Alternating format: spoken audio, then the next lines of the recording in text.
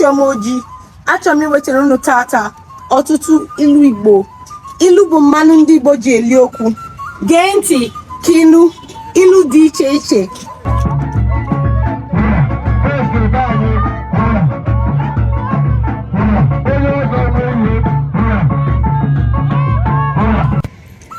Eze chịa ọchị, ndị ichie akụwa isi. When the king laughs, his chiefs laugh themselves to death. The moral lesson to this proverb is when you do the right thing, a lot of people will comprehend with you. A lot of people will buy your ideas. A lot of people will be happy with you. Eze chịa ọchị, ndị ichie akụwa isi.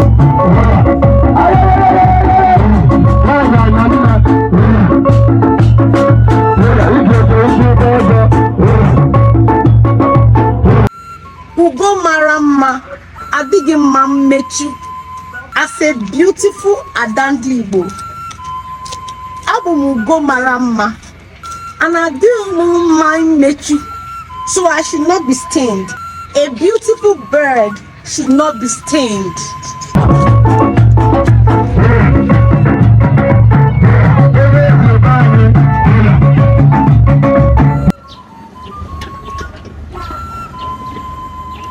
Anya mmiri na-agba otu ihe si wee dị.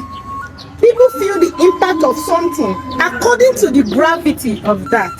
People cry according to the strength of their grief. Anya mmiri na-agba otu ihe si wee dị. Thank you for watching today's beautiful episode of Igbo Proverb Friday with Chioma. Stay tuned next Friday for another beautiful episode.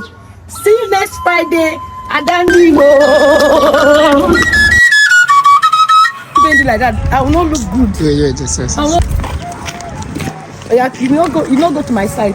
This guy will block me now. Bypass. Today's dancing is not coming from my mind.